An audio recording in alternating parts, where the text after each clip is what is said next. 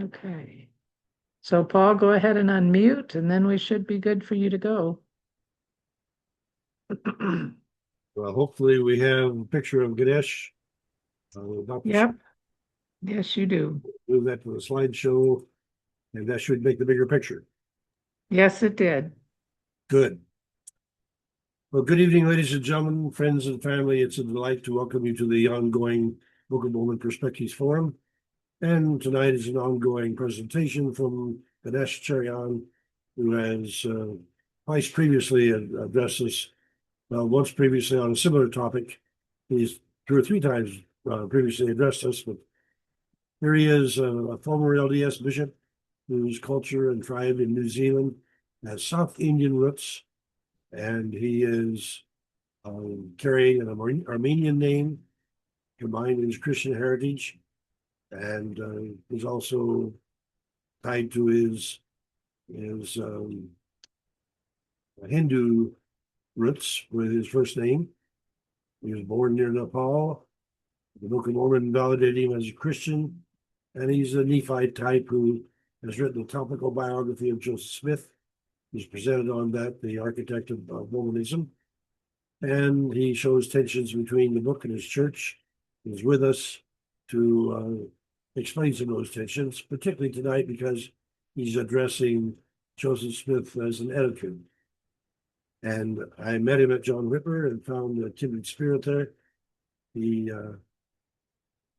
also contrasted Trump with Joseph Smith on an earlier presentation, which is fascinating. And so the fact that he gets to address us from New Zealand before he leaves to enjoy the heat of Utah at the end of the week means that we get to welcome him back as our friend from tomorrow. And let me see if I can get the slides to move. And that will invite us to let us pray together. Author and editor of creation, we bow in appreciation that your words are so dependable, none of them expendable.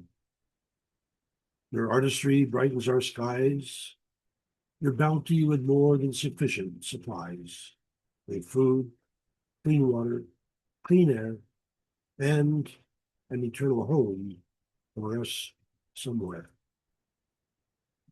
We seek to be in your company, yet our impulse is to act as though we are free, to create and edit our own script until we find that we are gripped by the powerful dimension of time, where you are beyond, in a dimension sublime. Our scripts cause dissension, create war, and we find wicked at our core, only finding your fingerprints on our skin when we seek you and seek to see you within. So this evening we ask for your presence, that our spirits can embrace your essence as we follow the study of Brother Ganesh Cherian into the editorial history of your word that we carry on. And we pray for your editorship to guide us toward peace in every nation, and your spirit to quicken within us the ability to see you in all of creation. And we pray in the name of your self-sacrificing Son, the Prince of Peace, Jesus. Amen. All right, I stopped sharing and hand the open forum to Ganesh Cherian to present about, to present. And again, Ganesh, if you have like to cite your preference as to whether you want to allow people to interrupt your presentation, or if you want to defer questions until after you've presented. If you'll make that call up front, then our participants generally are pretty good about it. Well, except for me, I tend to interrupt anyway. but we try to comply with our presenters' requests on that. Fabulous. Well, it's such a pleasure to be with you all again. I feel like because we've done this a few times. I've got to know a little bit of your personalities, and it's been really fun. And I hope that even with my um, odd style and my sometimes confronting information. You guys have been incredibly gracious and open and questioning, and I invite you to question throughout. I'll try and make some natural spaces to stop to ask questions, but you're more than welcome to connect with or challenge or speak up about anything and ask during the presentation. Last time when I presented on the idea of composition in the Book of Mormon, and particularly through Book of Mormon, the revelations and the Doctrine and Covenants that Joseph received, and also some of his writings, and tried to make some correlations between those, some dependency in the text. This particular presentation, I wanted to talk a little bit about the collaborative process that is existing in Joseph's space as the Book of Mormon is rolling forth. And so we're going to do that. Let me just share my screen.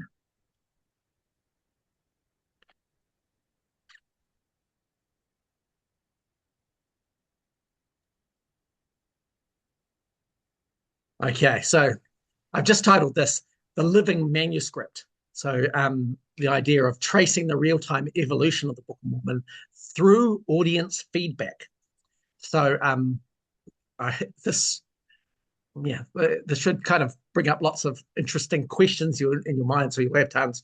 But I'll give you some overviews and then we'll go through it. I figured I split it into about 4 parts. We're going to talk about analyzing the environment that Joseph Smith is in, how the text of the Book of Mormon, as the manuscript is rolling forward, how that is being used immediately. So, in context, and this was one of the questions that Val asked when I was saying that I was going to do this. Do I have any evidence of the text being used immediately that it was produced? And we have some of that, so I'll go through the evidences for that. Number 3, I'll talk about how the household then influenced the text of the Book of Mormon, so that what's going on for them influences what is happening around, particularly the Book of Mormon text, but also some of the revelations that are rolling forward. And then the last bit, I'll talk about how the text of the Book of Mormon responds to the immediate environment and the household. So there's some examples we have of that, and maybe in this part we'll have a look at some things in the text that maybe you haven't looked at it from this particular angle, and once you look at it from this particular angle, it'll make more sense what's going on, and hopefully I'll prove that prior to getting there at number 4. So one of the things to understand about the coming forth of the Book of Mormon, and I don't know exactly how the community of Christ talk about this, but I know at least in the LDS space there is a kind of an understanding that it's very singular. Really Joseph is speaking, the scribe, and for the majority of the Book of Mormon that we currently have, that scribe is Oliver Cowdery. He is writing it down, maybe repeating back to Joseph, who is then okaying it, and then the next sentence is dictated, the next sentence, which then culminates into what we have as text. So we think about the process being this, lone translator, who's Joseph, and this passive scribe, who is primarily Oliver. But I would like to postulate, and if you just give me a little bit of grace here to go along with me, and then I'll hopefully provide some evidence that this is not what is happening exactly. That's what's happening part of the time, but it's certainly not what's happening the majority of the time. And so the environment that Joseph is producing the Book of Mormon is very rich, or at least there are other people immediately around him. So and some of these people have relationships with Joseph, with each other, and those relationships are forming opportunities to talk about what's happening. Because this is very exciting. This is happening every day, if not most days, and people are interested in it within the household, especially, but also externally. I'll just go to the next slide. So here's just a good idea of who is immediately available to the dictation process. So in Harmony, Pennsylvania, of course, there's Oliver and Joseph that we've just talked about. Emma's there. This is their cottage right next to Emma's parents. So Isaac Hale. They're basically across the road. There's if you've been to Harmony, and many of you will have, you'll know that there's a road that's basically the main road that runs past the cottage as it goes through to Susquehanna. And Samuel Smith has come to be with Joseph, and initially Joseph had called for Samuel to come and be a scribe, but he came with Oliver Cowdery, and Oliver Cowdery became the scribe. Samuel is in the household. He's helping a lot with the chores because, of course, people need to eat. And then there's some other people who are physically there or often there. Joseph Knight Sr. is back and forth. He's helping with logistics. And he's in nearby Colesville. We've got Joseph Smith Sr., who comes down in February to visit. I should have said that Joseph Knight Sr. is ongoing, and Joseph Knight Smith Sr. is February. Martin Harris comes to visit in March, and then in May, Hiram Smith also comes. So these are some of the people who are in Harmony, Pennsylvania, that are immediately in the household, and then we have the wider community, particularly the Hales family, the cousins, the Lewises, and also townspeople going past the front door. Then in early June, David Whitmer comes and rescues him. Remember, we talked about this a little bit before, that David Whitmer is Oliver's friend. Joseph does not know the Whitmers at all, but Oliver's been communicating back and forth by letter to the Whitmers, and things are heating up in Harmony. And Joseph is suffering some persecution, some disruption to the dictation, and he needs to leave. We don't know exactly what that is, but we know from Joseph's October 1829 letter to Oliver that it's got to do with some religious fervor in the area. But Joseph never says, there's never any kind of details about what this is. But they end up leaving, transported from Harmony, Pennsylvania to Fayette, New York by David Whitmer. So they have all that time on the way, 3 days, to talk to David. And when they get to the Whitmer home, they find Joseph finds that the Whitmers are really engaged in this process, and so they become first-hand witnesses to this. So in the Fayette home, in the cabin, and many of you have gone to Fayette and you know it. It's tiny. It's really small. It's smaller than the Joseph Smith cottage in Harmony, and there are more people in it. So it's really, really busy. It's probably incredibly cramped. The dictation is happening in the upstairs of the Fayette log cabin. The Whitmers are incredibly poor, but there are a lot of people around. So there's David Whitmer, obviously, John Whitmer. We know he's a scribe for the Book of Mormon because his letters, or his handwriting appears in the original manuscript. There's Peter Whitmer, Mary Whitmer, Christian Whitmer. We believe Christian Whitmer was also a scribe. There's an unknown scribe in the original manuscript, but we don't have enough of Christian's handwriting to be able to confirm that. Catherine Whitmer, who's young at this time, she goes on to marry Oliver Cowdery in 1834.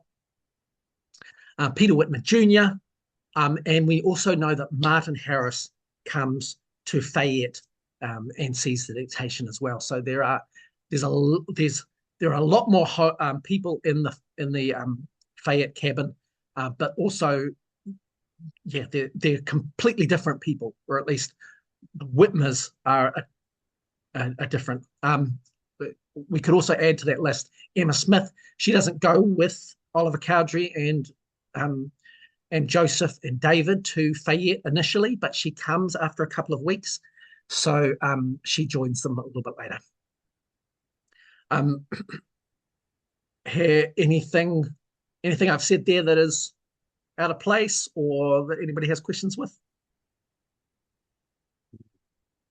You're raising a very curious situation to see 11 people in that little log house.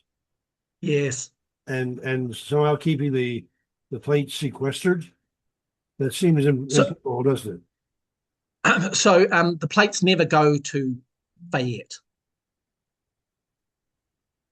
There are no plates in Fayette. Nobody sees the plates. They are not around. Joseph, to be fair, we don't even know if the plates are in Harmony, Pennsylvania. We have a box in Harmony, Pennsylvania that Isaac Hale attests to, but Joseph never uses the plates for translation or dictation. He only ever uses his seer stone, which I've got one right here. But the plates are not in Fayette. Nobody ever sees the plates for the dictation process. But we see and we know from several people in those households that Joseph is dictating the Book of Mormon with the use of his seer stone in a hat. And we know that from particularly David Whitmer. We know that from Catherine Whitmer. We know that from Martin Harris. And we know that from Emma Smith. So there's a dictation. There is no artifact, but Joseph doesn't need a artifact. The seer stone allows him to remote view the plates wherever they are. If they're back in Harmony, Pennsylvania, or wherever they are, he is remote viewing, and the Whitmers understand that because the Whitmers also have seer stones. David Whitmer has seer stone, and also Hiram Page has a seer stone. Should have added Hiram Page to that list too. He's not in the house because he's got another house, but he's nearby, and he's in and out of the house quite a bit. And he also has a seer stone. So the Whitmers are well versed with the understanding of how seer stones work, that remote viewing of text is possible, and that's what Joseph is producing. And so, when did the plates go back to the angel? We don't know. Joseph only says that he gave them, but when asked about the plates, he says that he returned them to the angel in his 1838 account. We don't know when that was, and we don't know where that was. So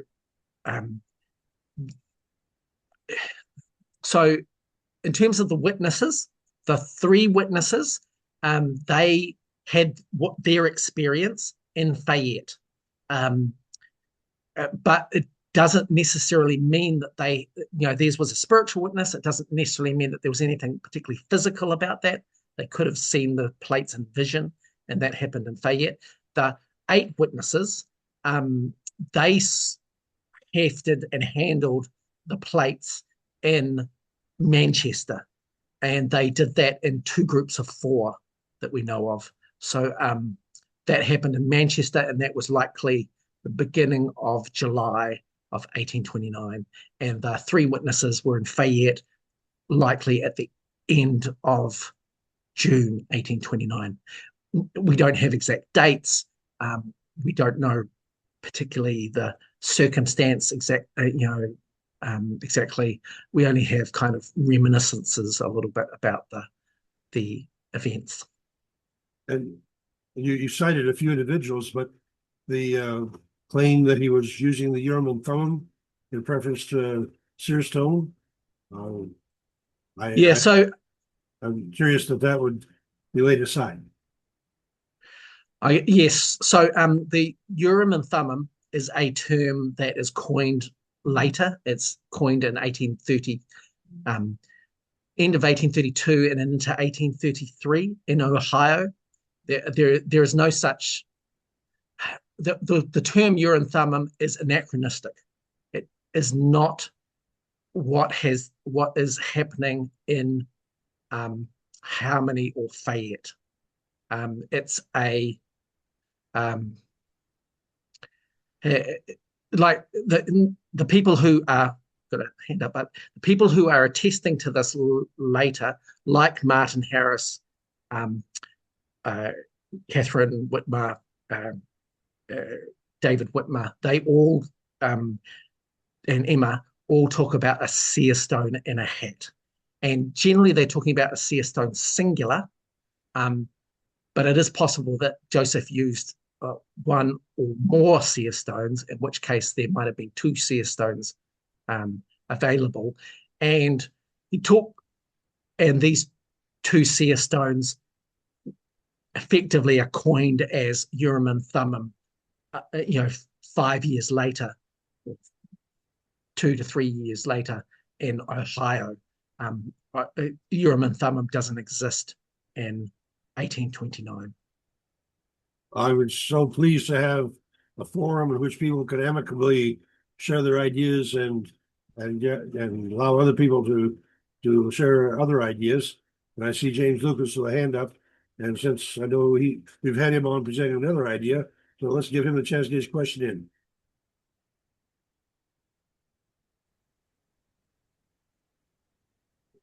Just a second.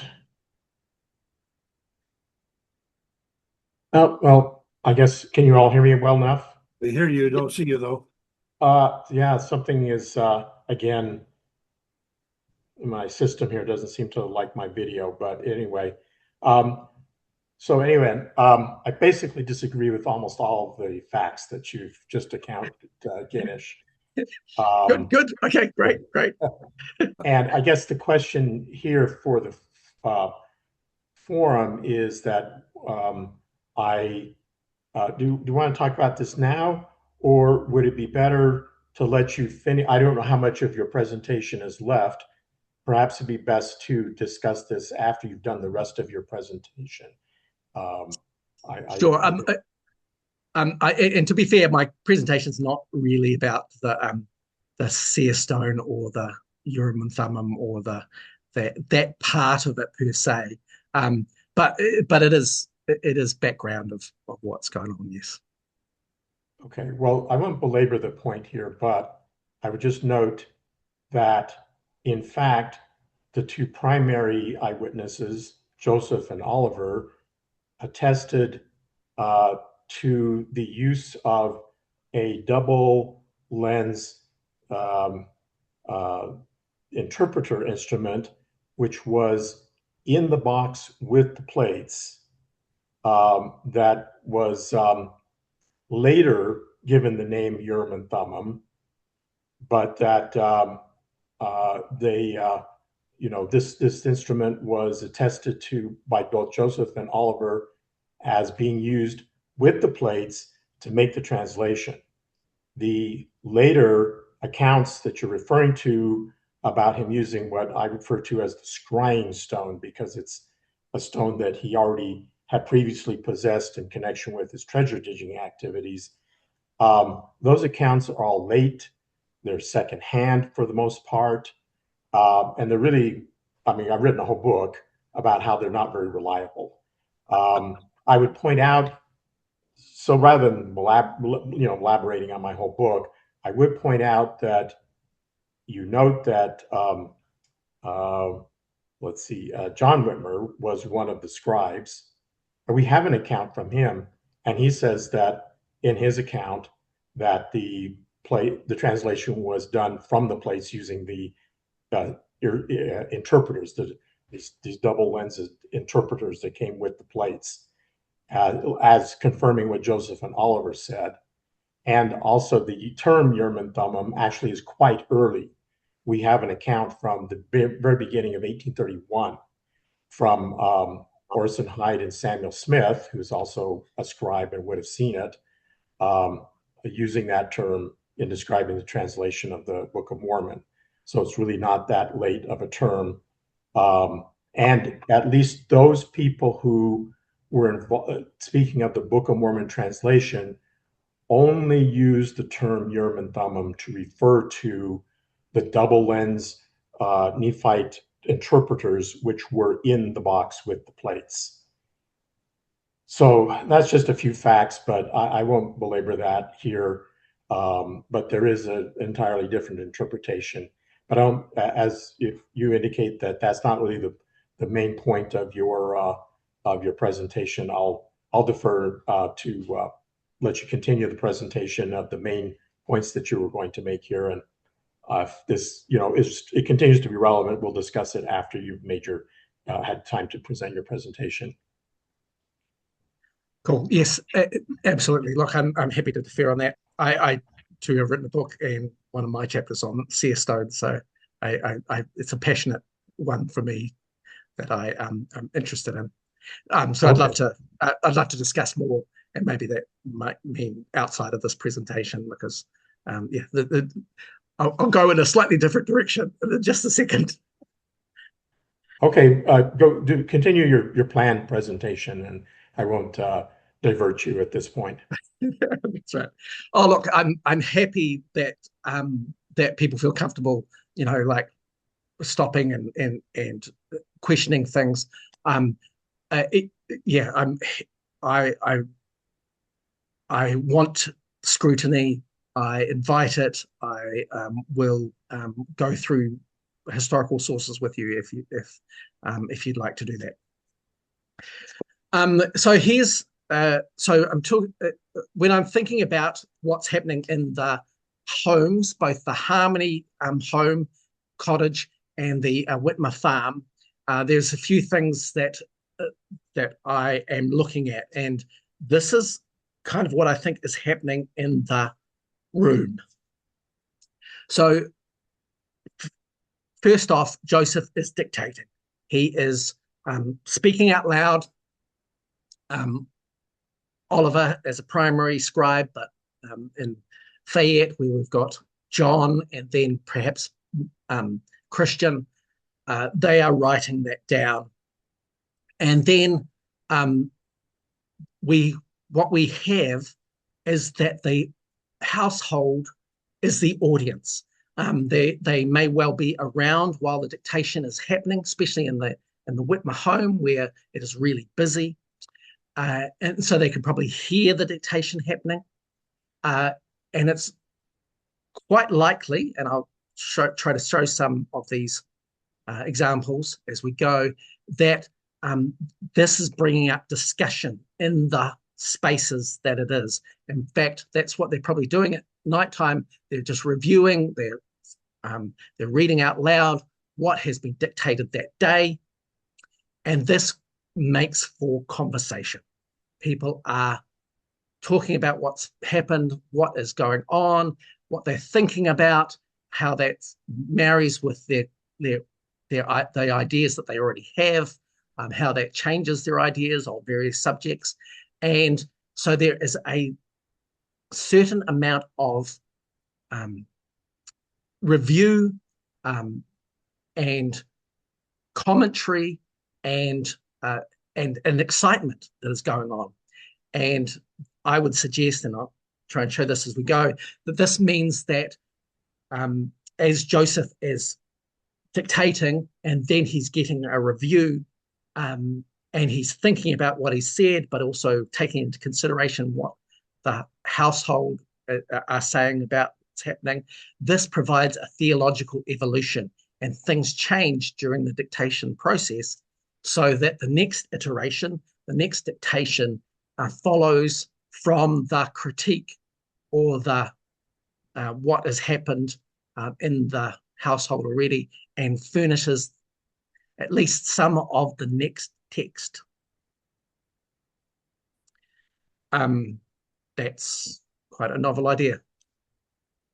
So let's just talk about the idea, and this is what Val was asking about a while back, was how do we know that the text is being used immediately? What are the indications that we have that that what is coming out of Joseph's mouth from the dictation is then affecting what is happening next? That this is creating something, maybe spinning off into something else.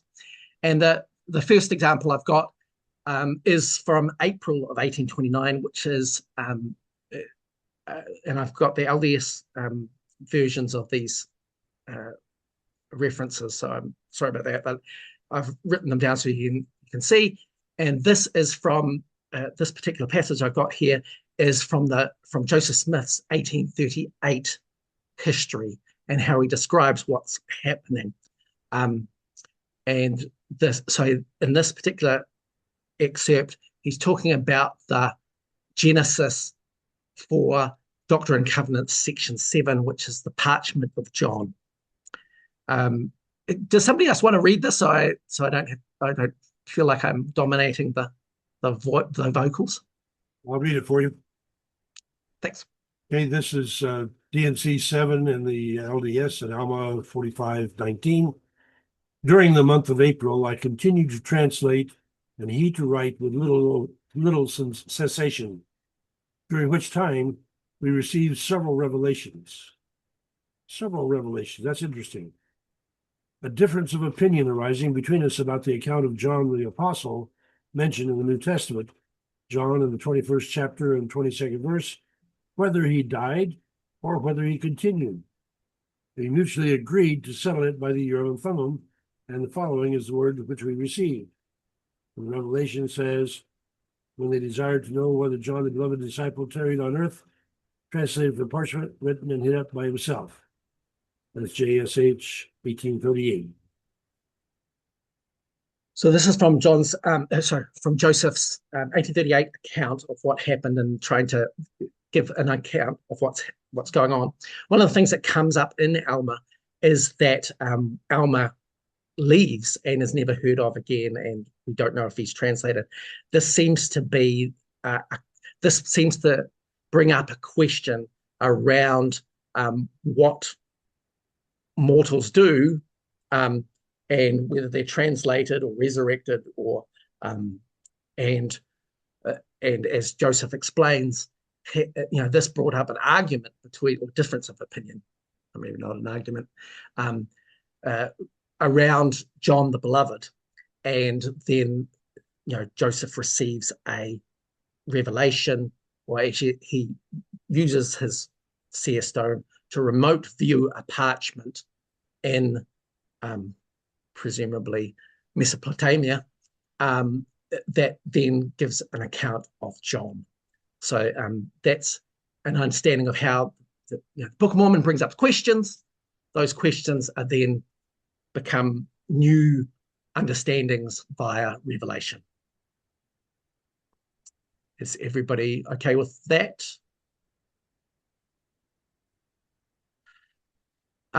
Here are a couple of other examples. This is one from this is an example from Lucy Mack Smith in her history. She relates in 1845 that so one morning they sat down to their work as usual, so they're doing the dictation, and the first thing which presented itself through the Urim and Thummim, I've termed this the seer stone, she's used Urim and Thummim because it's 1845, was a commandment for Joseph and Oliver to repair to the water and attend to the ordinance of baptism, and they accordingly do so. So the idea that when they are looking at, well, when Joseph is dictating and he's starting his dictation, he's the same method that he's getting the text for the Book of Mormon, he is also getting messages from the divine in the form of some kind of revelation. And in this case, he's getting a command, and this is what we deem to be May 15th, 1829, that they go and get baptized. And this is probably also linked to about 3rd Nephi, chapter 12, where if we're thinking about the dictation timeline and sequencing, so this comes up with regard to baptism, particularly the command of Jesus to be baptized, and so this prompts some action. This is deemed to be a command to get baptized. This one, just showing that the text was supposed to be used immediately. This is Doctrine and Covenants, section 11 in the LDS. This is the revelation to Hiram Smith. So this is May 1829. And one of the things that the revelation says to Hiram is that he is supposed to study my word, study God's word, which hath gone forth among the children of men. So meaning the Bible, and also study my word, which shall come forth among the children of men, or that which is now translating. So that the idea that the Book of Mormon, the text of the manuscript that they're creating in Harmony, Pennsylvania, that's something that Hiram needs to study effectively immediately. He's not going to wait. This is happening right now. This is translating immediately, and this is one of the things that Hiram is commanded to do.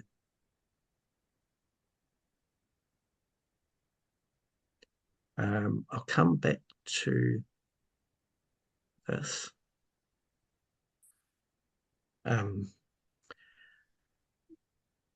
So another thing that happens with regard to the text of the Book of Mormon and it being used, this is also from Joseph Smith's history in 1838, and he's talking about the revelation that talks about the 3 witnesses, which in the LDS canon is Doctrine and Covenants, section 17.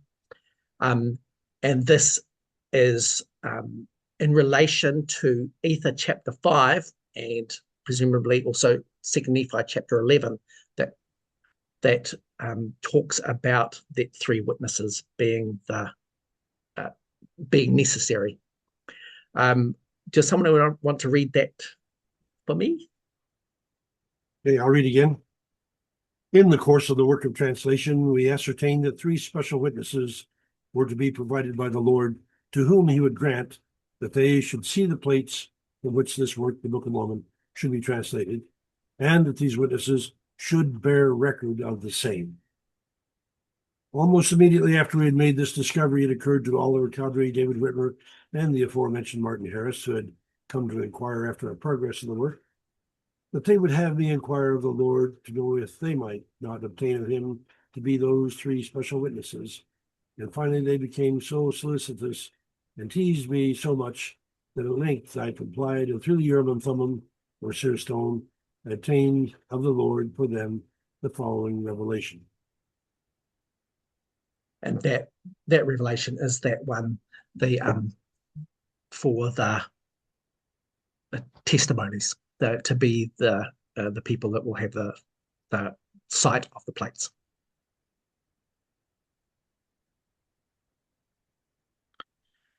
And one more. So, well, actually, I should just explain. So these passages in the Book of Mormon then translate into action. So, they're reading this, they're commenting on it, or who are going to be these 3 witnesses, and then Joseph takes that to the Lord. He gets this revelation, and then Oliver Cowdery, Martin Harris, David Whitmer are then selected to be these these witnesses.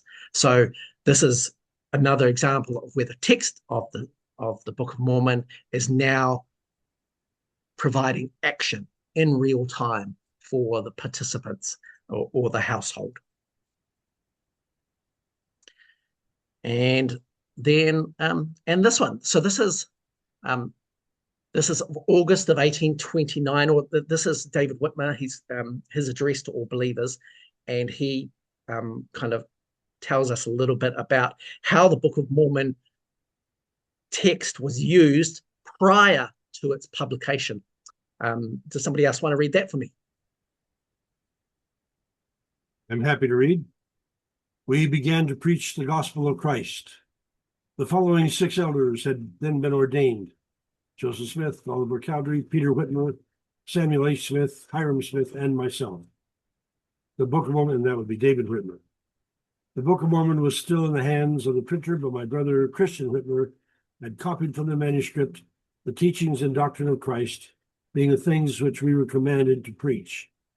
We preached, baptized, and confirmed members into the Church of Christ from August 1829 until April 6, 1830, being 8 months. That's David Whitmer, an address to the believers of 1887. Yeah, so David attests to the fact that, that even before the Book of Mormon was even at, was being published, that they're taking excerpts from the manuscript and then they're copying them in order for them to then utilize them as they go out preaching and baptizing and forming the church. So this happens as early as August of 1829. So again, the Book of Mormon, we think of the Book of Mormon as, nothing happened between June or July when they finished the text and the printing of the Book of Mormon that happened in March of 1830, and then a few days later, in April 6th, 1830, that's when the church was organized.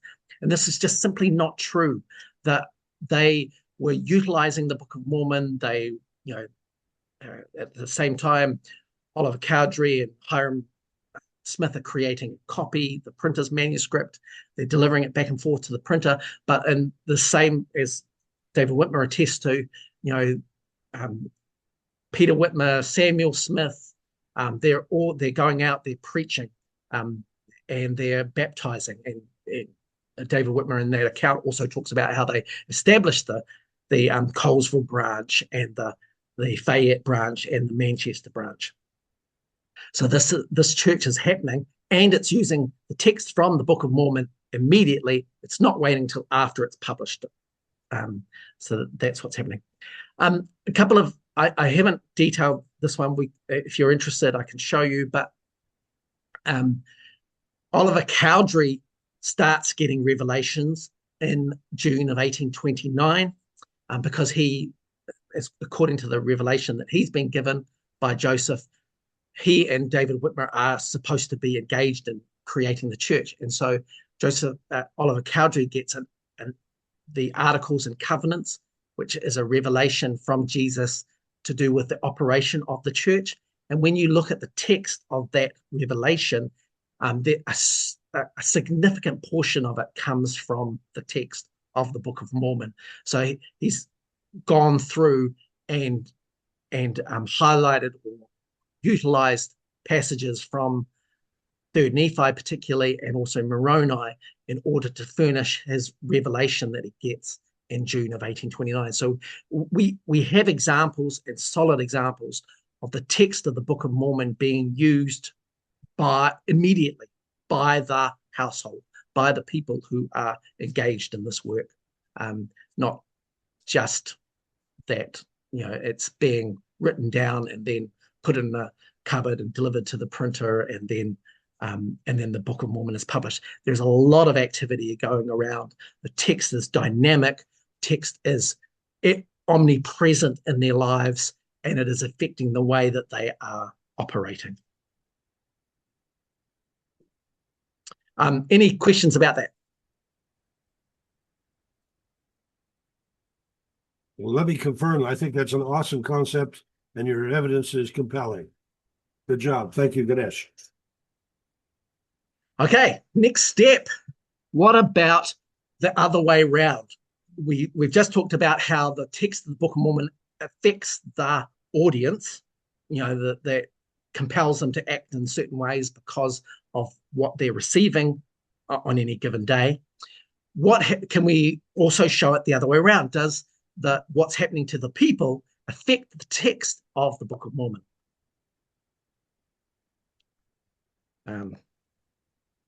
Okay, so here is I've just a little graphic here about some of the things that are related. So there are passages in the text of the Book of Mormon which end up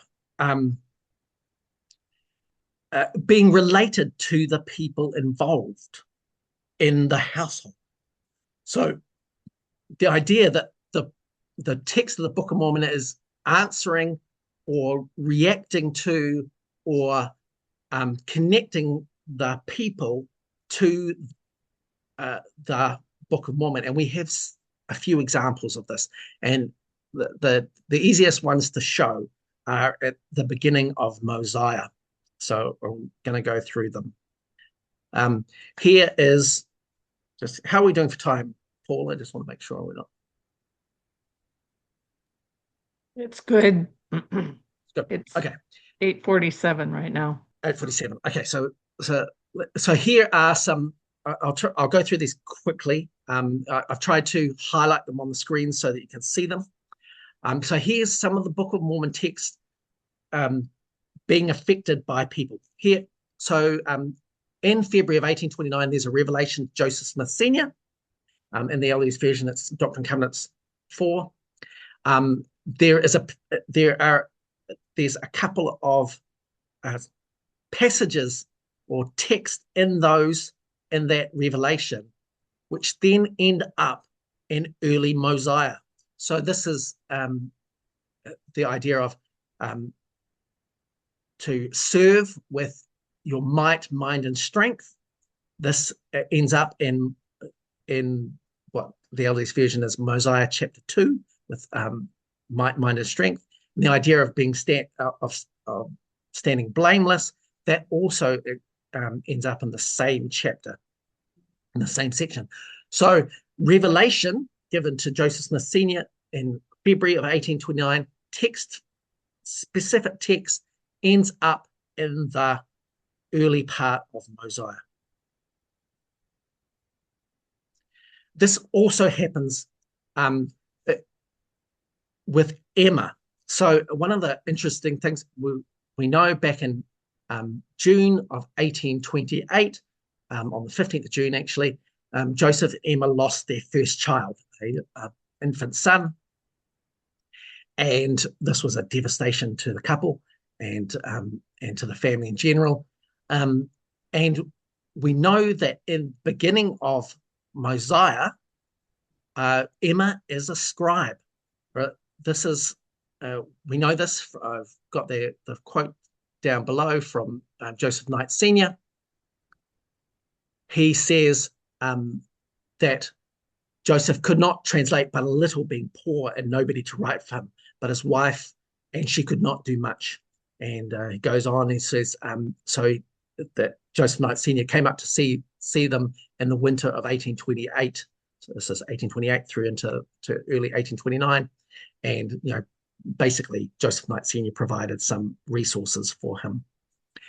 But it's interesting and curious that in Mosiah chapter 3, again, right at the early beginnings of Mosiah, likely before Oliver turns up on the scene, we have passage in Mosiah chapter 3, which talks about little children being blessed, that the infant who perisheth, that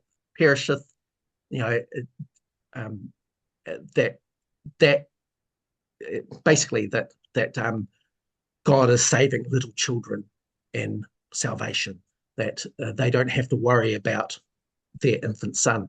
And so it's incredibly likely from these understandings that Emma was the scribe when this particular chapter was dictated, and that these understandings about infants being blessed and saved really gave her comfort, Joseph comfort, and linked the people in the household to the text of the Book of Mormon. Here's another example in March of 1829. This is Martin Harris comes to Harmony, Pennsylvania. He wants to see the plates because he hasn't seen them. He's been the scribe in 1828, but he has never seen the plates, and he wants a view of these things. This is the revelation that Joseph gets, and basically the revelation says, Martin, you're not allowed to see the plates. There's going to be some witnesses, but they're later. You have to just contend with a testimony from God, because there's no way you're going to get the plates. Anyway, aside, one of the things that particular section says is, with regard to Martin, is that Joseph is to translate a few more pages and stop for a season. Remember, Oliver's not on the scene yet. And Joseph doesn't really have a scribe.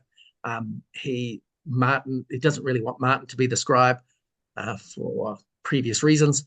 And he's going to call for Samuel soon, but Samuel's not there yet. So it's interesting that if there are a few more pages, and this is early Mosiah, that Mosiah chapter 4 in the LDS version, that there's a couple of things that seem to be directly related to Martin.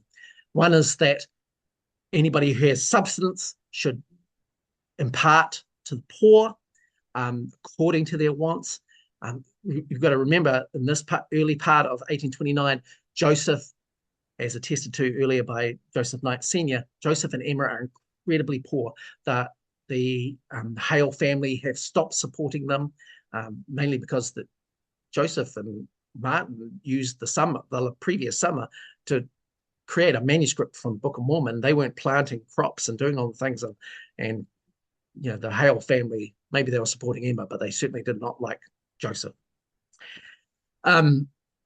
So they're in desperate circumstances, and so it's interesting and curious that early part of Mosiah would direct somebody with substance to impart to those who are poor liberally, and that's what we see likely in the section that Martin Harris scribed for, and likely this chapter.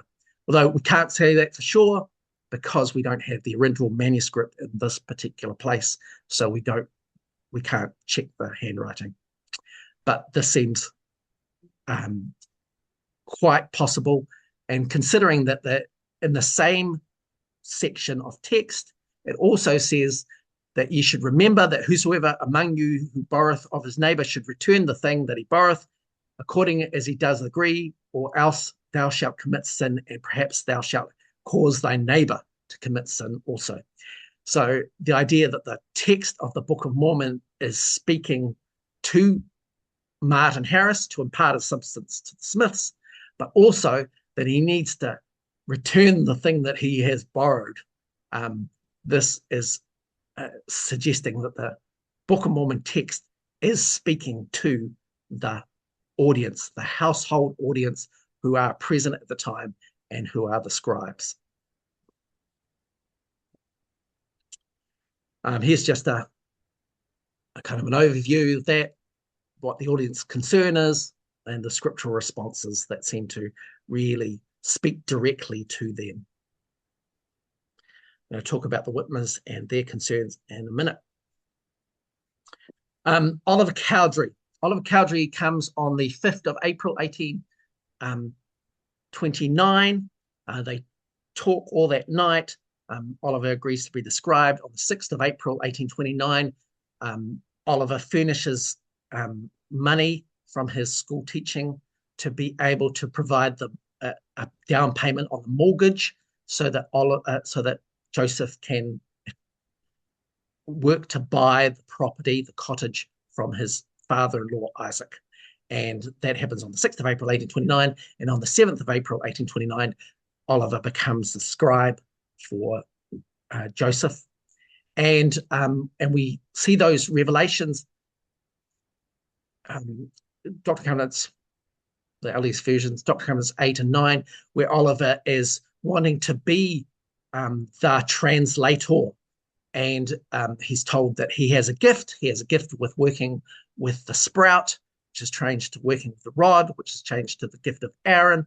That because Oliver is a divining rodsman, and he is told that he's able to translate, but then quickly he's told that he's not able to translate, and he has to just be content with being a scribe. Doctrine and Covenants 8 uses the curious method, that remember that without faith you can do nothing, therefore ask in faith, trifle not with these things, do not ask for that which you ought not. Around the same time, so this is early Mosiah, but after these other occurrences with potentially Martin and Emma and Joseph Smith Sr., Ammon is told about a king called Mosiah who has interpreters that enable him to see and to be a seer.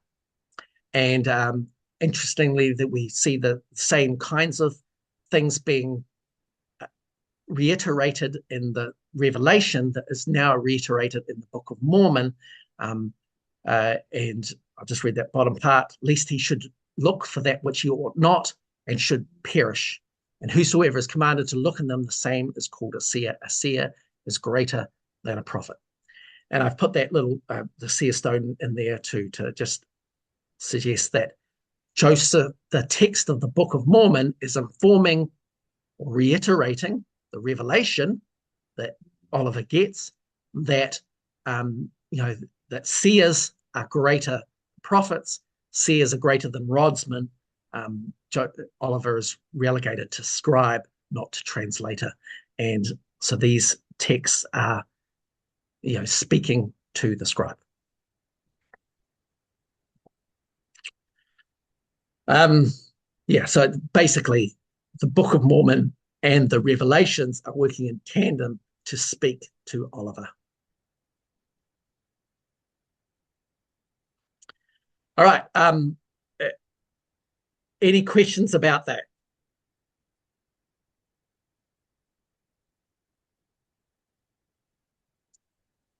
Can we see in the text, this next part is just showing that the text is responding and changing depending on the audience, or at least that's what I think is happening behind the scenes, that it's changing. Here's a good example, and this is in 3rd Nephi chapter 8:28, so it's right at the end of 3rd Nephi. And the Moroni, Mormon is speaking, and he's talking about the 3 Nephites. And again, there's another discussion around the idea of translation. What does this mean? How does this change your body? Are you resurrected, or are you still mortal, but your body's been changed? What does this even mean? And so 3rd Nephi chapter 28:17 says, and now whether they were mortal or immortal from the day of their transfiguration, I know not. So this is Mormon speaking. Now, curiously, 20 verses later, we have a insertion. Information has changed. The writer who's described as Mormon at this particular point in time says, since I wrote, I have inquired of the Lord, and he hath made it manifest unto me that there must needs be a change wrought upon their bodies, or else it needs be that they must taste of death. And you can read the whole example there. But so this, to me, is evidence that an idea has been put forward by a Mormon. In the text of the Book of Mormon, there's been a break in the dictation. The people in the household, maybe it's just the scribe, or maybe it's the whole household, as they've talked about it later. They've questioned this, and then the next text to be written clarifies what is going on. This is not, not enough information, and suddenly Mormon has new information which is now put into the text. Now, this seems very unlikely if Mormon is an abridger, because this is a very real-time scenario, right? You write one thing, you break, you have a change of understanding, and then you write something different. This is real time. We know that this is happening in Joseph's immediate environment. He's dictating, he's breaking, could be overnight, could be that afternoon, we don't know. But then he's resuming. And during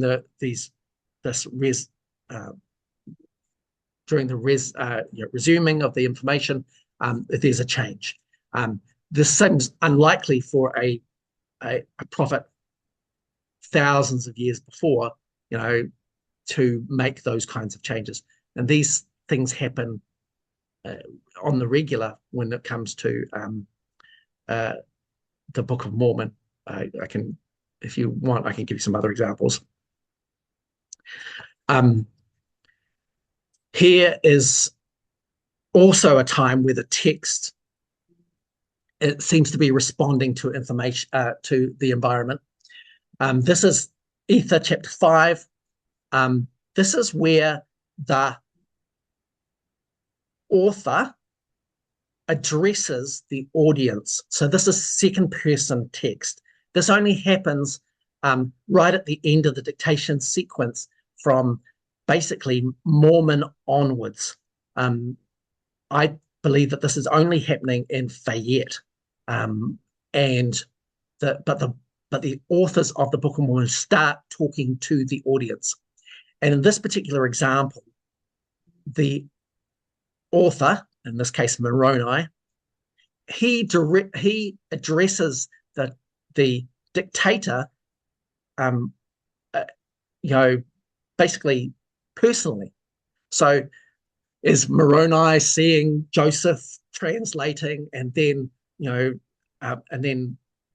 effectively working this into the text, or is this supposed to be a revelation, but it accidentally made its way into text of the Book of Mormon?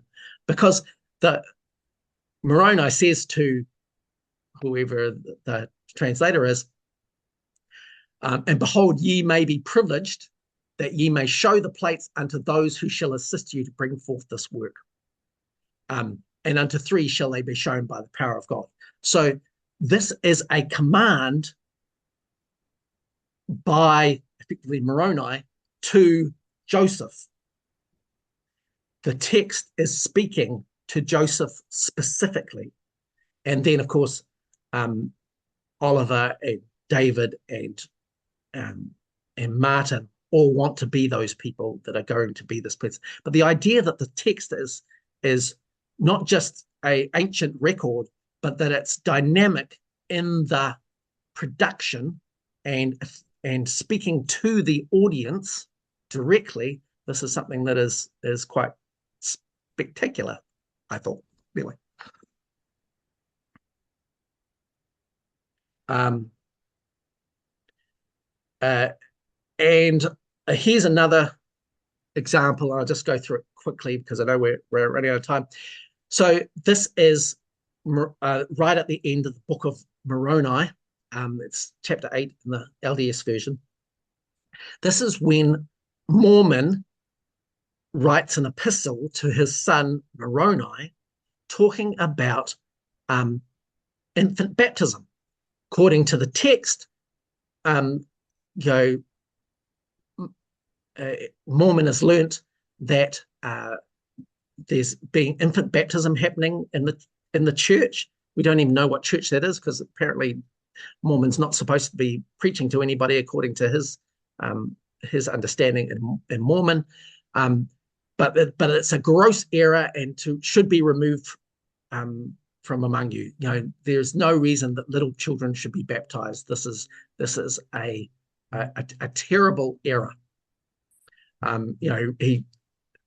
the whole chapter is really interesting, but I just love how he signs off. I know that it is solemn mockery before God that ye should baptize little children. Now, it seems unlikely that baptism of little children is going on in Mormon's time, because they're not even getting baptized, they're not even forming a church at that particular moment. And the reality is they're practicing cannibalism, which seems like if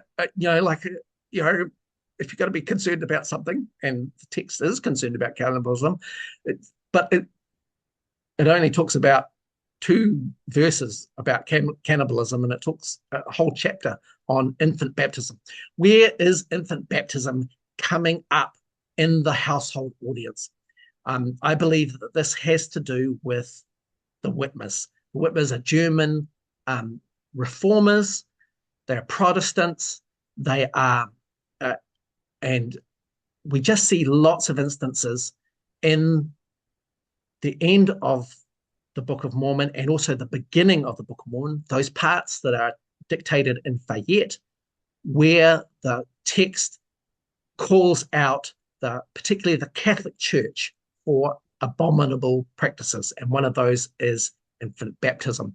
So it seems like from these texts, and we've got there's plenty of examples with regard to this, that the text at the end of the Book of Mormon, and then again at the beginning of the Book of Mormon, or in the Mosiah Priority dictation, this is all in the Fayette farm, that the text becomes anti-Catholic. And this is likely in response to the Whitmers, who are also anti-Catholic.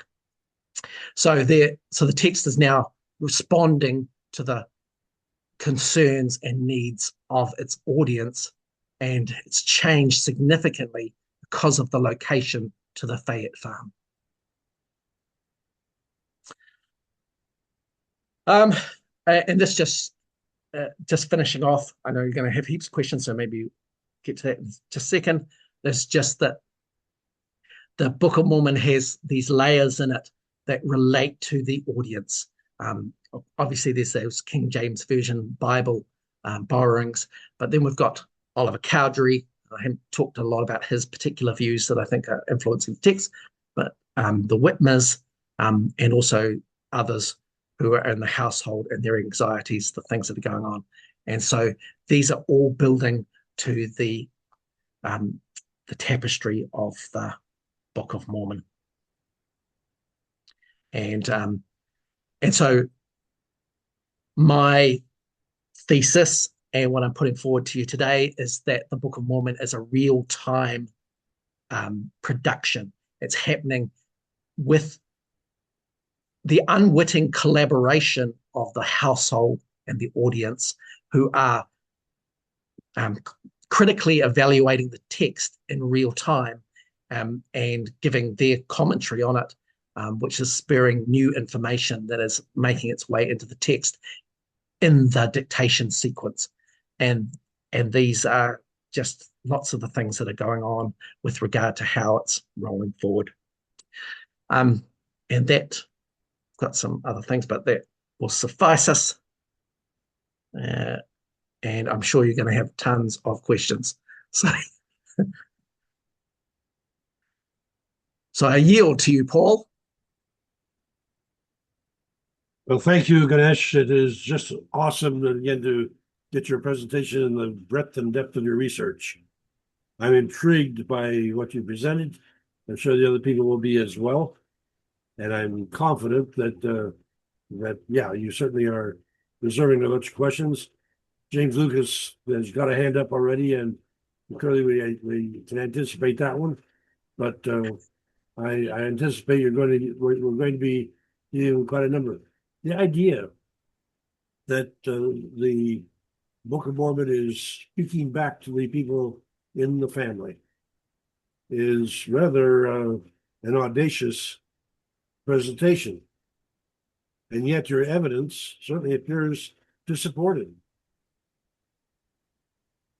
That would appear to feed into the arguments of those who would try to make the case the Book of Mormon is not so much the translation through the power of God, but as to the power of man. How do you respond to that dichotomy? Yeah, that's definitely what it seems to me to be the case. You could make the case that the Book of Mormon is a lot more dynamic than we have previously understood it to be.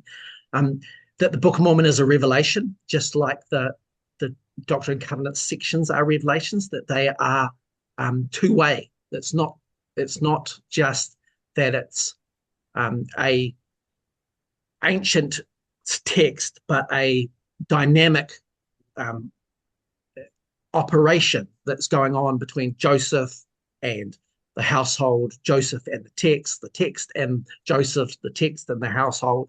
So this is something that's two way. It's not just Joseph receiving. It's it's a dynamic borrowing, collaboration, and happening in real time in really interesting ways. And look, that's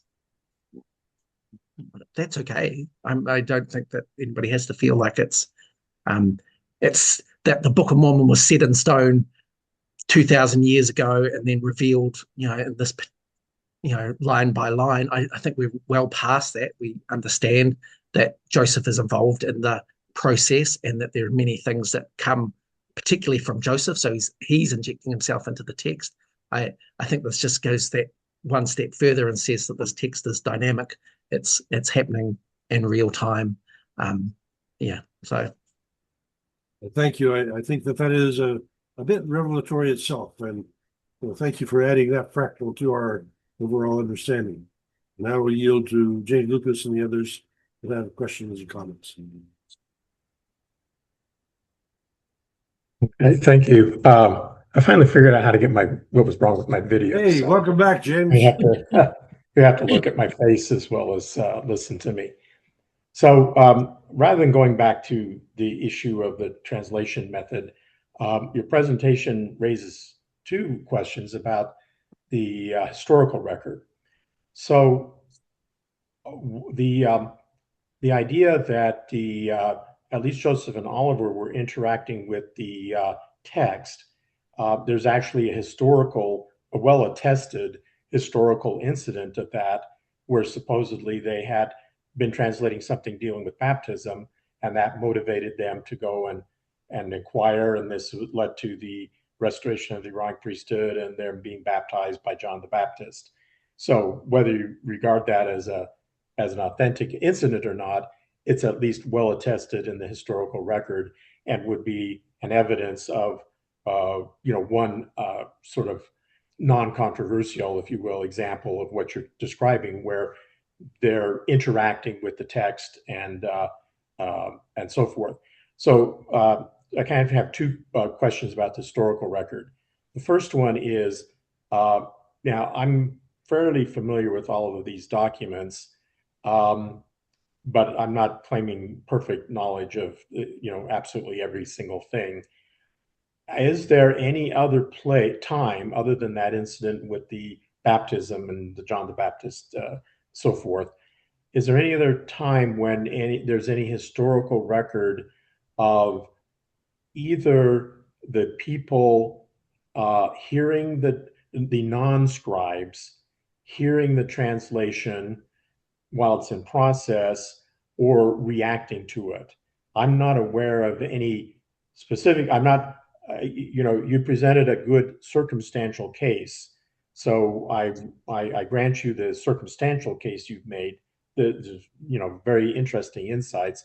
But I'm wondering. I don't recall in the historical record, other than that baptism, John the Baptist incident, where there's actually in the historical record a description of people hearing, non-scribes hearing the translation in process or making questions or raising issues about the text while it was being dictated. Are you aware of any, or is the case basically circumstantial?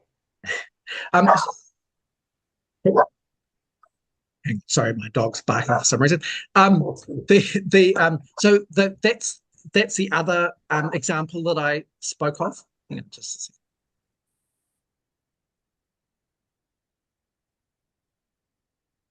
So the other example I talked about was the witnesses, that after the transcribing of either Ether 5 or Second Nephi chapter 11, which I'm more likely to presume that that's actually Ether 5, that they understood that there were going to be three witnesses, because that's what the text of the Book of Mormon said, and they wanted to be those three witnesses. So these are non-scribes, right? Well, Oliver's a scribe, but David Whitmer's not a scribe, and Martin Harris at this point is not a scribe. So they're obviously reading that. I think that there's a case to be made also that in the Second Nephi chapter 11 and Second Nephi chapter 27 examples of the witnesses, those two accounts talk about the three witnesses, but then they talk about other witnesses. And so the idea that there became an understanding that there would be other witnesses, and perhaps this would be the 8 witnesses. It's hard to say because nobody ever says this, but it's possible that, the way that Joseph describes the three witnesses being so animated over the fact of wanting to be that suggests also that the other household members also felt the same way and wanted to be witnesses, and Joseph got an understanding that there could be more witnesses. He doesn't specify 8 in those two passages, in 2 Nephi 11 and 2 Nephi 27, but he says other. And so he may have got this idea that, yes, well, actually, I can speak to them too, or the text can speak to the other witnesses that's a possibility for them. And so that's an evolution in the text from Ether chapter 5 through to 2 Nephi chapter 11 and 27, that expanded that, and those people would then became similarly emboldened to ask to be witnesses, and then they were given a different task. Okay, so that you're referring to the passage in Ether as raising the possibility of additional witnesses. No, the passage in Ether only says 5. Only says 3. The 3. But the Nephi one. The 2 Nephi 11 and 2 Nephi 27 talk about additional witnesses. So this is an evolution in the text, because Ether's written first, and then the Nephi account is written after, in the Mosaic priority.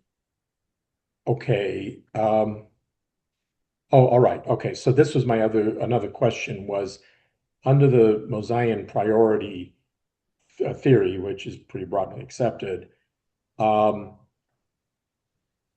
was always under the impression that the Mosaic priority assumed that the cutoff, was between the Book of Mormon from Mosiah through the Book of Moroni, and that was the point at which they moved to Fayette, and then Fayette was where they did the Book of Nephi, part of the Book of Mormon.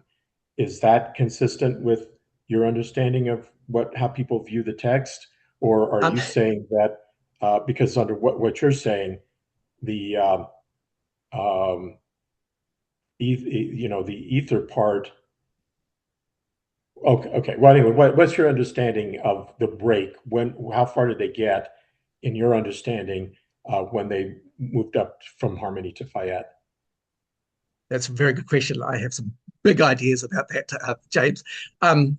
Firstly, I'll try and address your question. We know that Ether was done in Fayette, and we know this because when Brett Metcalf did his research on the Mosaic priority and the wherefore-therefore switch, we can track that. We know when that happened, because that happens in the Doctrine and Covenants sections at the same time, and that only happens when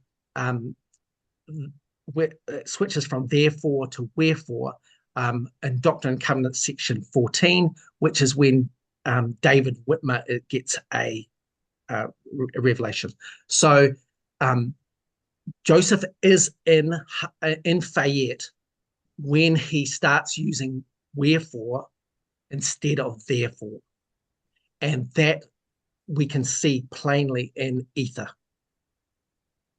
I've talked to Brett Metcalf about this a lot.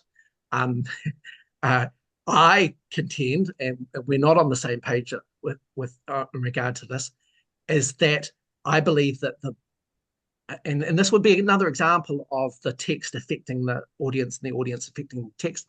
So I believe that Joseph, from my point of view, Joseph doesn't know the witness. They're Oliver's friends. He doesn't know what he's going to encounter when he gets to New York.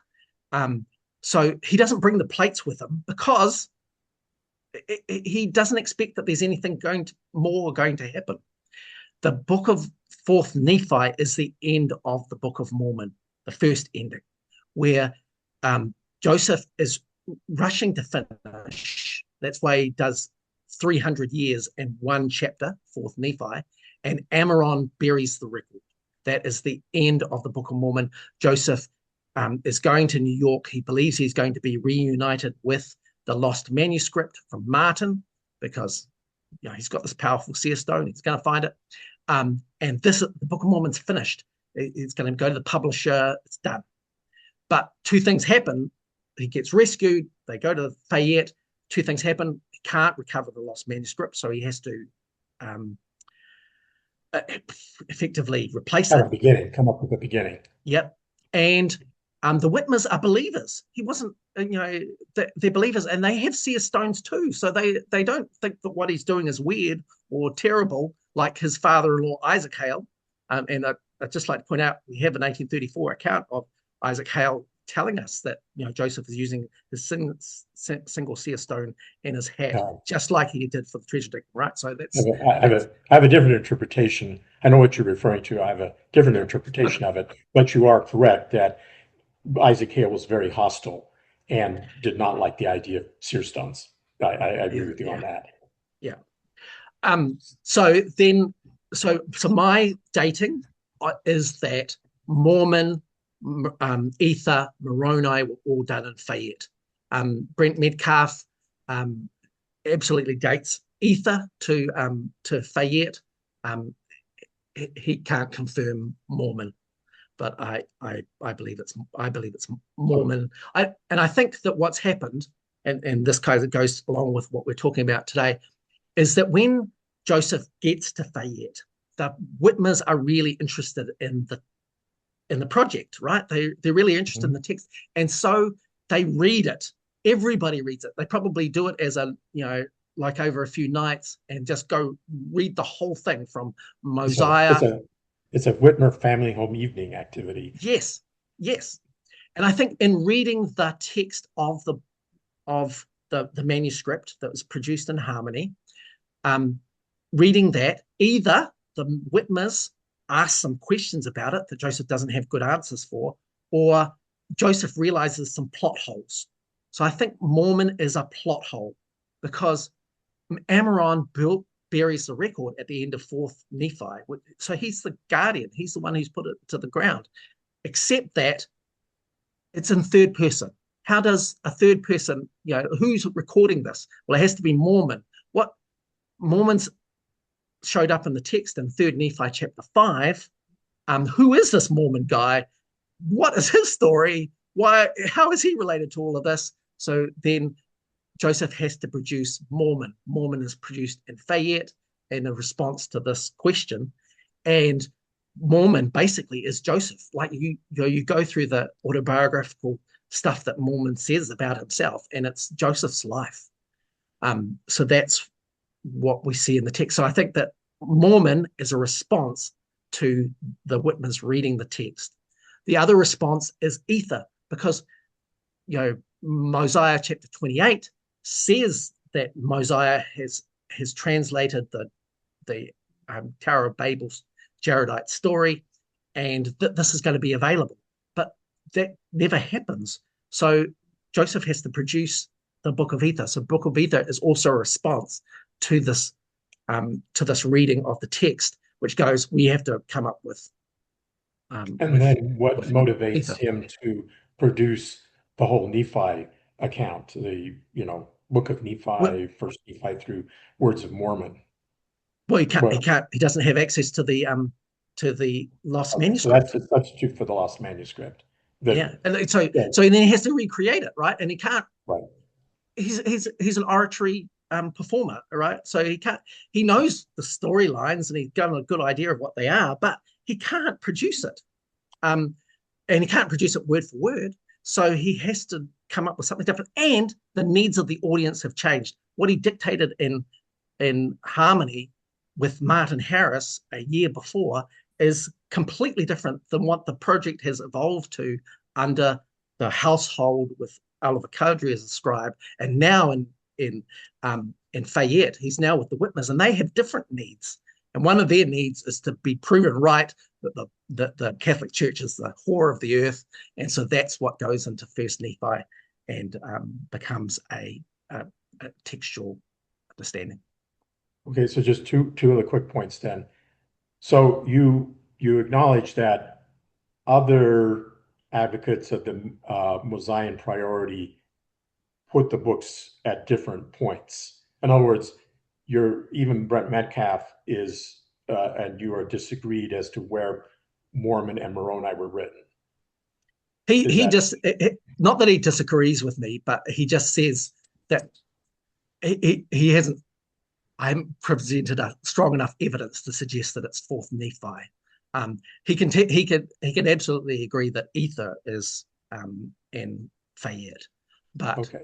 whether Mormon is or not is he's still on the fence about.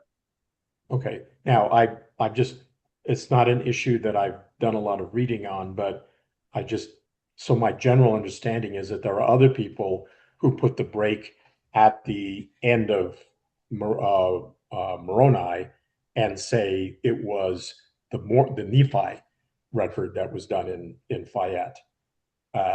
So but I haven't, I just have always heard people that Yeah, made and that and distinction, and and it also seemed logical to me as an order of translation. yeah, Uh, and we know that the Nephi portion is because we've got the original manuscript for parts of the Nephi portion, of course, and we see John Whitmer's handwriting in there and an unknown scribe, which we think is Christian Whitmer. in the Nephi Um, books.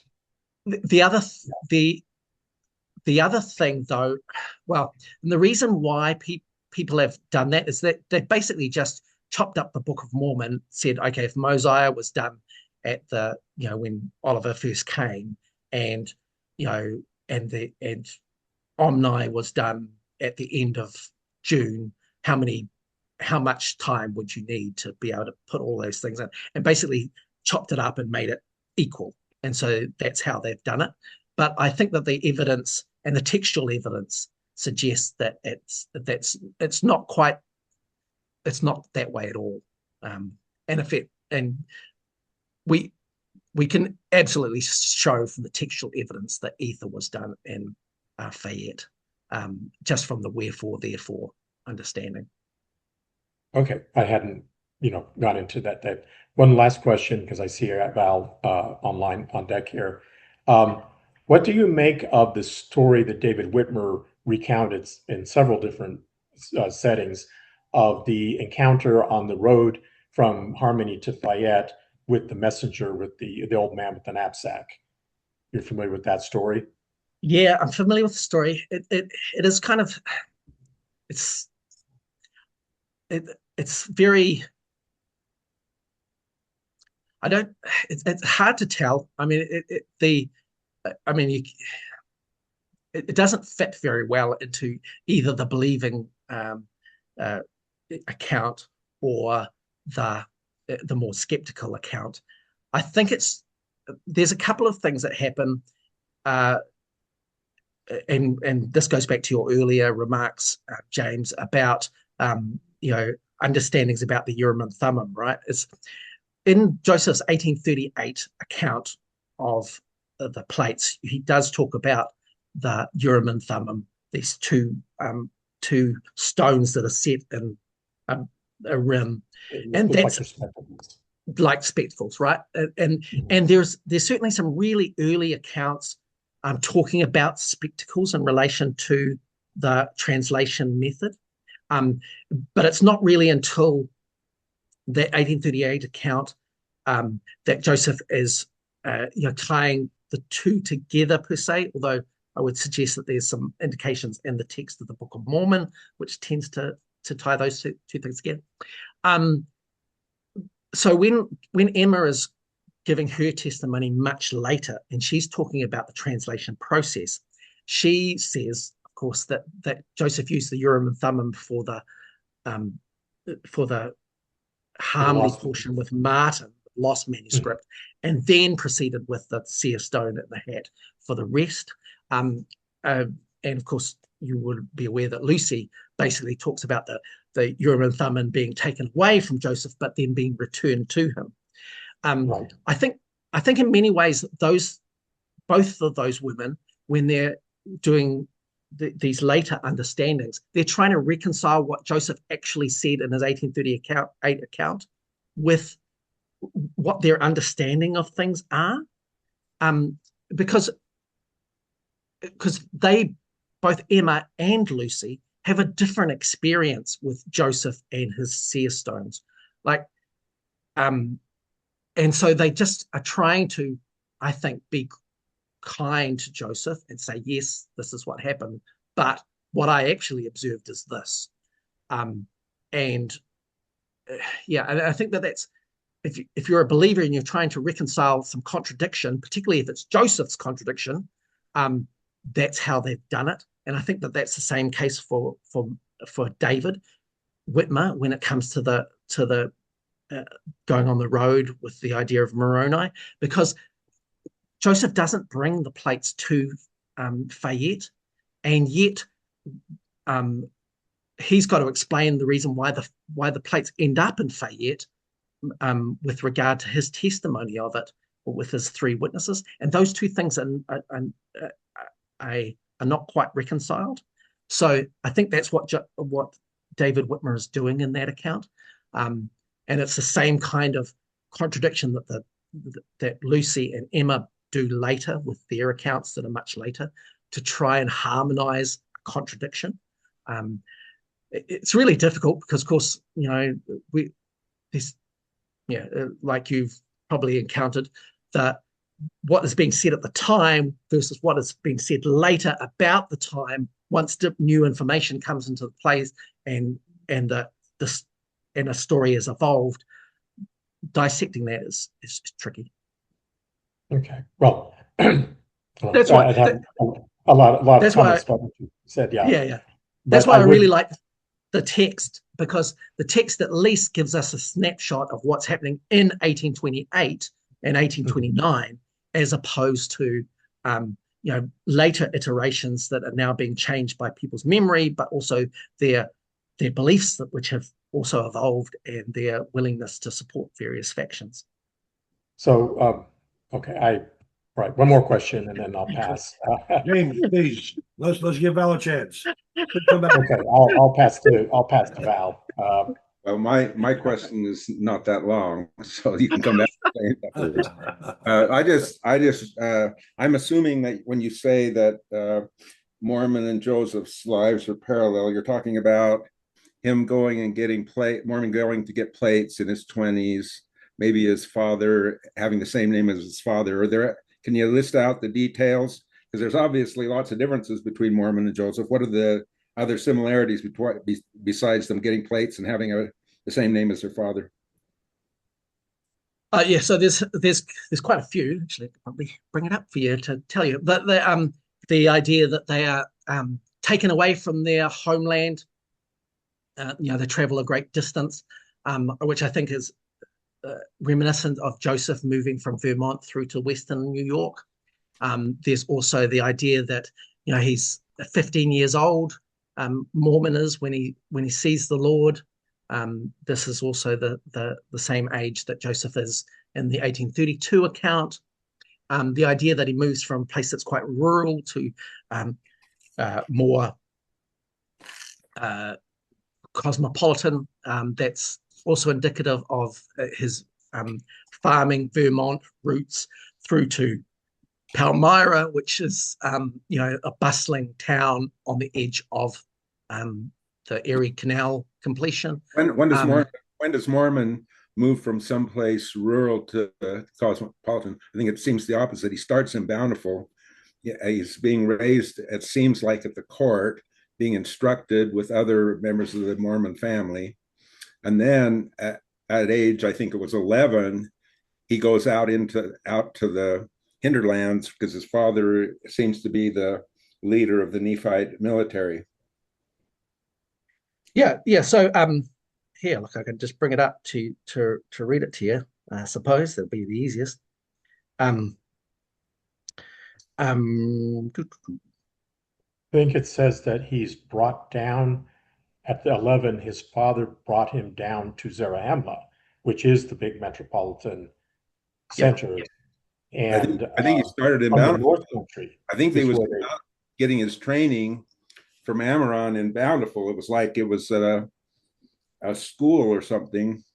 He was in receiving training in the scribal training by a member of the Alma family.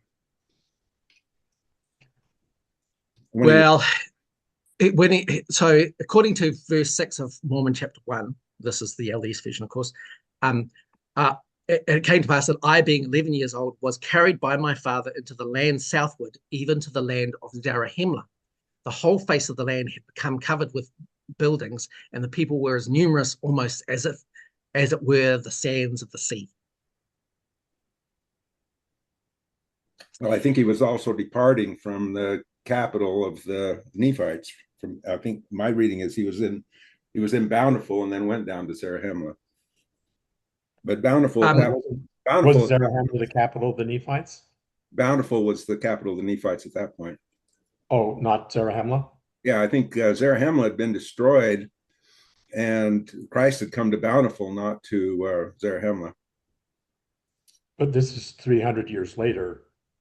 And the description that Ganesh just read, which I think is straight from the text, describes the Zarahemla area as being a great municipality, a great cosmopolitan area full of people and buildings and so forth. But I think when he went south, his father was the leader of the military, so they were going down to a war zone. The text does not say that. Like it doesn't say that. Well, It says the other, basically, this is what he recounts. I am Mormon, being a descendant of Nephi, and my father's name was Moroni. I remember the things which Amaron commanded me. I, being 11 years old, was carried by my father into the land southward, even to the land of Zarahemla. The whole face of the land became covered with buildings and people. It doesn't say why he was carried south. It just says that he was. And then there begins to be a war, and he's called as a military general. But it doesn't say anything about his father being a military general. He starts as a military general at 15. So you have to it's pretty evident. I'd have to dig into it. His father was a military leader. I think that if there's evidence, and I'll have to suss that out. Don't think the text says that. But then, not specifically. What the text does say is he becomes the leader of the Nephite armies at age 15. At 16, yes. Oh, yeah, 16. Okay. So how does that happen? They had a battle, and again, I've read this, but I can't pull it off on the spot here. But they'd had a big battle. He and his father went south. They were victorious in battle. His father, though, disappears, and he suddenly becomes the leader of all the Nephite armies at age 15. And there's some evidence that the Alma family, he's in the Alma family. That's why he gets the records. And that family has a kind of military line as well as a political line, and he seems to be in that military line. But anyway, you have to put pieces together for any of these kinds of readings. But I'd be interested in your evidence to suggest that Mormon was from the Alma line. I don't think that the text, as far as I'm aware, doesn't indicate well, that. I mean, the plates are handed laterally from one brother to the next, and then they're handed to Mormon, who's being trained in history and scribal writing by Amaron, and so it's like the plates have been handed down for 8 generations in the Alma family line. It's then moved collaterally one step, and the logical inference one would make is if they're going to pass it on, they will pass it on again collaterally, and he's being trained by an Alma family member in the scribal language. So so them keeping it in the family would be plus another piece of evidence is if you look at the Alma family line, every generation they have father son dyads with the same name, so it's Alma, Helaman, Nephi, Amos, I think was the next two, and then it passes laterally. But he and his father both have the same name, which seems to be an Alma family tradition for two generations. And then you switch to a new name. His son, that doesn't share his name, goes to Moroni. So there's it's a pity Moroni didn't have a child, and then we could have Moroni. Well, one would predict based on the pattern there that's what would have happened. But obviously he may have had a child, but if he did, it was killed. Look, I mean, those are really interesting, but there's a lot of assumption that you have to make in those in that, which I don't think is unwarranted. It's just that that's not what the text says, and I'm really interested in what the text says. But to your earliest question was that there's just a number of parallels, and these are well documented between Joseph Smith and Mormon as a character. I think that from my point of view, when I'm looking at the text, that seems to indicate to me when Joseph is asked about who this Mormon character is in 3rd Nephi chapter 5, that Joseph has to come up with something quite quickly. He just utilizes his own life as a template to be able to describe Mormon quickly. So that's why we get those parallels. And one of the evidences I would suggest indicate that is that in 3rd Nephi chapter 5, Mormon indicates that he is named after the land of Mormon. That's the reason he's named.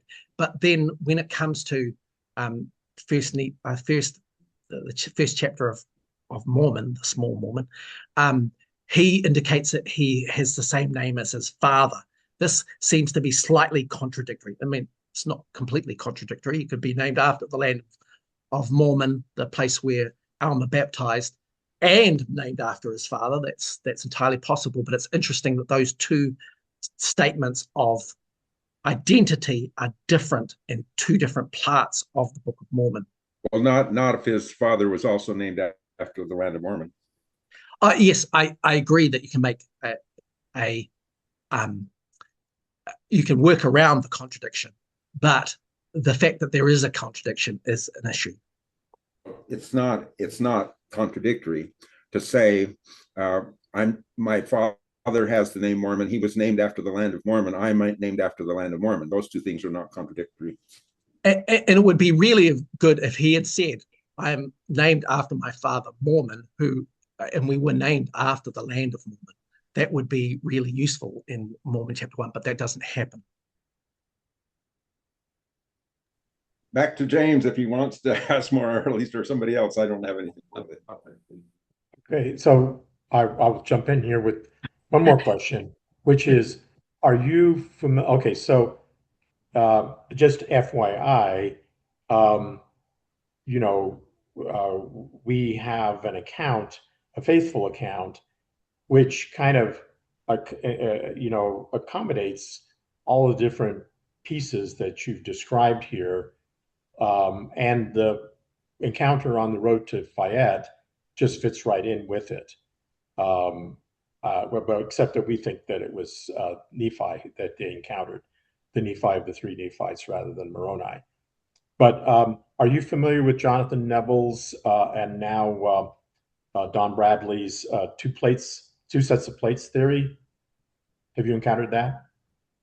Yes, and I mean I haven't looked at it in detail, so but I get the understanding that what he's trying to say, effectively that the replacement text is the smaller plates, so there's two plates, and whether they were bound together or they were separate, is an interesting argument, I think, in terms of the space. And of course, the text actually lends to that, the idea that there are small plates of Nephi, that they might be physically smaller, and not the same size as the original record. So I get the understanding of that. I don't. For me, it doesn't solve the problems. That for me, when look, I'm a text guy. I'm looking at the text. That's the artifact that I'm looking at. That's what I'm comparing. That's what I'm seeing. And so when I go through and I look at Don Bradley's done quite a lot of great work in regard to trying to reconstruct the lost manuscript, and I think he's fabulous in that regard. And I've learned a great deal from that. But there are lots of things in the replacement text which are problematic to the lost manuscript. And the wherefore, therefore thing is one of those things, but it's not the only thing. So the ways that the replacement text talks about the lost manuscript is they're not solved by the fact that there are two plate series. The replacement text is an evolution. It has stuff in it which the lost manuscript doesn't have.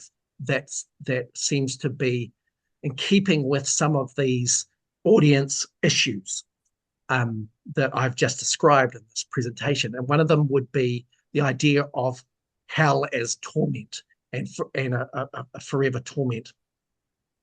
So one of the things that we see in Doctrine and Covenants section 19, the LDS version, is that the Book of Mormon talks about hell as an eternal torment.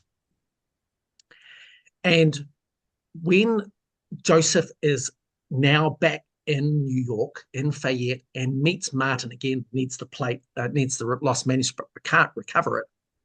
One of the clues I think that we see in that is that when trying to convince Martin to front up the money for the publication, he gives Martin a workaround for this problem of eternal torment, that eternal and endless are names for God.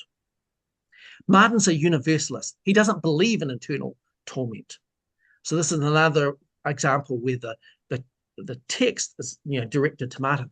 So what that indicates to me is that the lost manuscript doesn't have this information in it, because Martin wouldn't be surprised by the new manuscript if it was the same as the lost manuscript. The lost manuscript doesn't have this eternal torment in it, and because it's Martin, and Martin's a universalist. So why would Joseph be giving a text that is anti-universalist with Martin? He doesn't. Anti-universalist only happens in the dictation with Oliver. And so the workaround is Doctrine and Covenants section 19, where Joseph has to convince Martin to go through with funding the Book of Mormon when it transgresses his universal beliefs. And that's where we see this endless eternal thing names of God. So this is a good indication that the lost manuscript is a lot more secular. It's probably a good, more of a Christian adventure story. It doesn't have these points of doctrine in them like the Book of Mormon manuscript comes under Oliver as a scribe. And the replacement text tells you this. It tells you this about the lost manuscript, that it's not as spiritual. It's mainly just about the kings. It's, you know, the understanding. So the idea that there's two sets of plates is slightly irrelevant to the argument. I mean, it's a nice understanding, and maybe it's a workaround for some of those issues, but it doesn't solve the issues for for me when regard to textual authorship. Okay.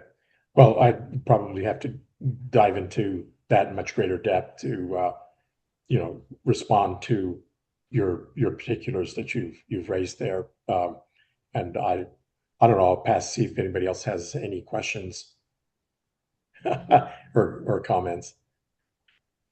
I know this is all really heavy, but hopefully this is really enjoyable too, as we think about the ways that things are different, and maybe that other people are looking at the text. Because I'm really interested in the ways that you guys are seeing these same things and maybe accounting for them differently, or maybe the other way around, that now I'm bringing them up, that you're seeing things that you haven't seen before in ways that might give you a different understanding of what's going on. Okay, I see a comment from Rick Bennett asking where you are. Where am I? Physically, I'm in Wellington, New Zealand, but I'm hopping on a plane tomorrow.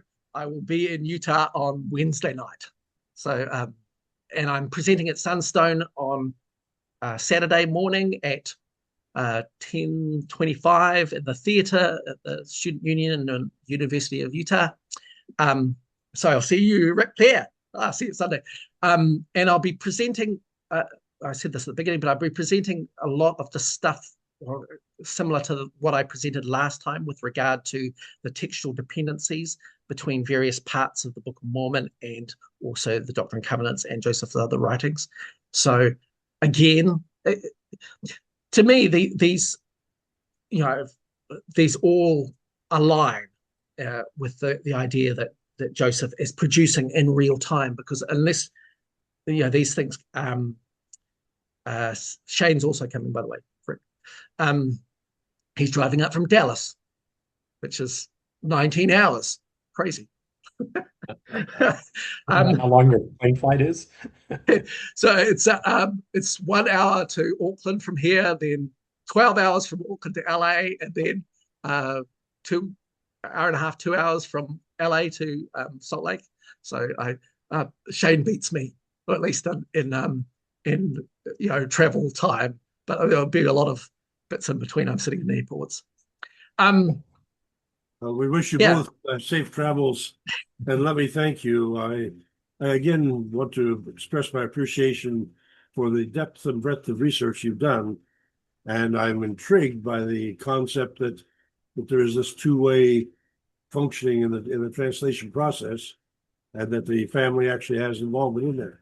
That your evidence for that is most intriguing to me, and it is not something I have previously apprehended, and so I appreciate you putting that out there for us and giving us a chance to ponder about it, because these perspectives that we gain on the Book of Mormon in this forum allow us to grow and develop understanding, and to better be able to discuss together what, for you and James and Val to have done the kind of background research to make it so your detailed referencing, although staying with the Utah version, makes it so that some of us are a little skeptical. I had to look to check on Doctrine and Covenants referencing to make sure we're dealing with the same information, and fundamentally we are. And so it's just really a fascinating thing for me to appreciate what you've offered us again tonight. Thank you again so very much, Ganesh, for taking time to share with us on this occasion. We are blessed because of your research. Thank you, Paul, and thanks to everybody. I really appreciate being here, and it's exciting to share these things. And if you have any questions, you're more than welcome to contact me separately, and we can chat over them. Or and if you're in Salt Lake on Saturday, please be my guest and come along to my presentation, even if you're not going to Sunstone the whole time. I It'd wish be worth it to crash it just to hear Ganesh. Oh, you're wonderful, James. Where in the world are you, James? I live in Salt Lake, so I'm actually well, then, thinking of going up to. I haven't gotten a ticket yet or anything, but I was thinking of going up to Sunstone at some point over the weekend. But so maybe fabulous. Well, I'll see you yeah, and Rick there. that would be wonderful. Yeah. I wish I could, but I have other responsibilities and will do my best to accomplish those.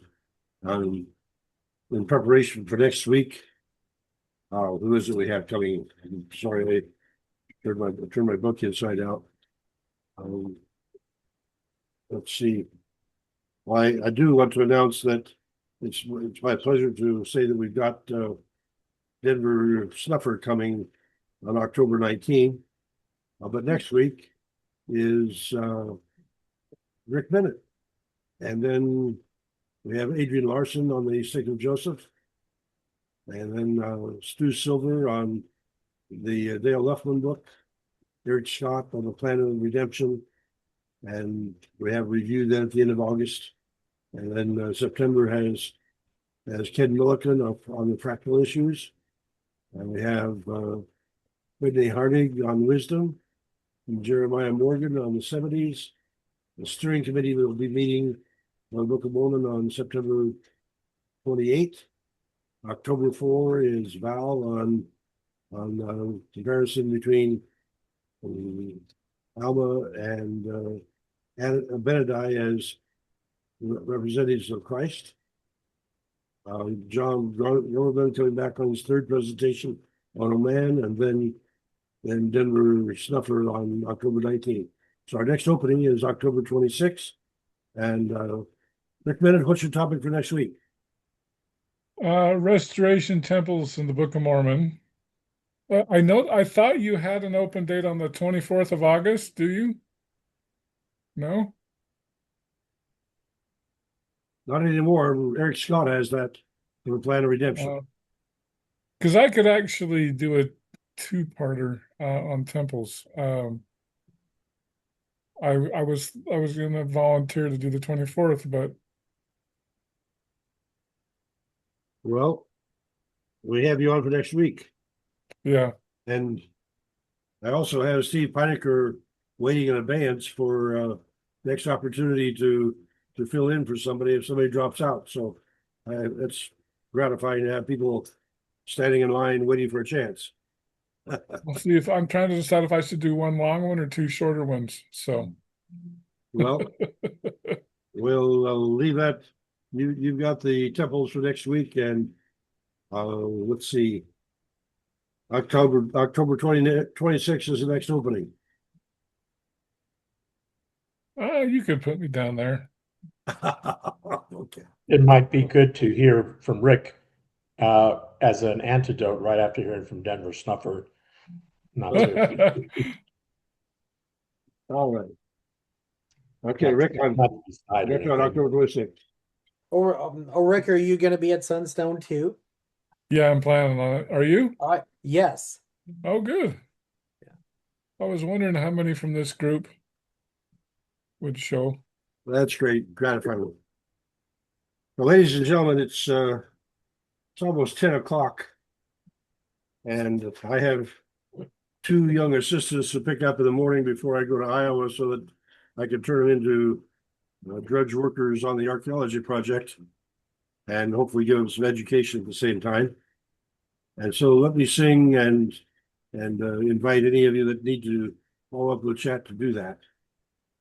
God, our rock of revelation, we would build our lives on thee, for without thy sure foundation, none can find stability.